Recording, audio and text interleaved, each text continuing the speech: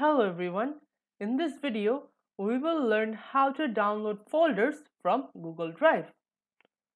So a folder can contain one or more files and it can also contain other folders inside it.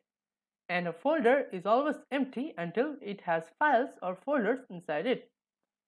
So to learn in more details, you can come back here later. So this is how we are going to implement this video. Now let's get started. So over here, I have opened my Google Drive. So I'm just going to click on this Google Apps icon and click on Drive. So now I am inside my Google Drive. So what I need to do is, let's say I want to download this folder.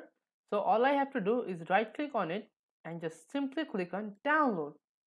Now the folder is being downloaded. Once the zipping is completed, it will come over this region and it will say the download is complete. So now one file is zipped and the download is completed.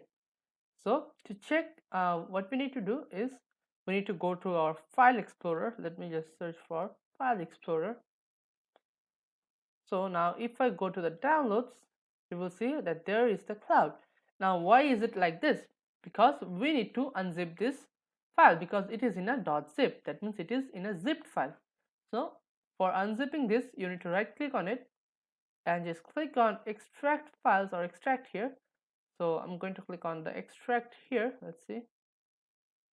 Okay, so now it is in a folder format. So now as it is in a folder format, we can open this and there is the Google file.txt. So here is the information of the file that we had uploaded on the Google Drive. So this is how you can download a folder from Google Drive. So now let's have a look at the summary. So in this video, we have learned how to download a folder from Google Drive. Thank you for watching.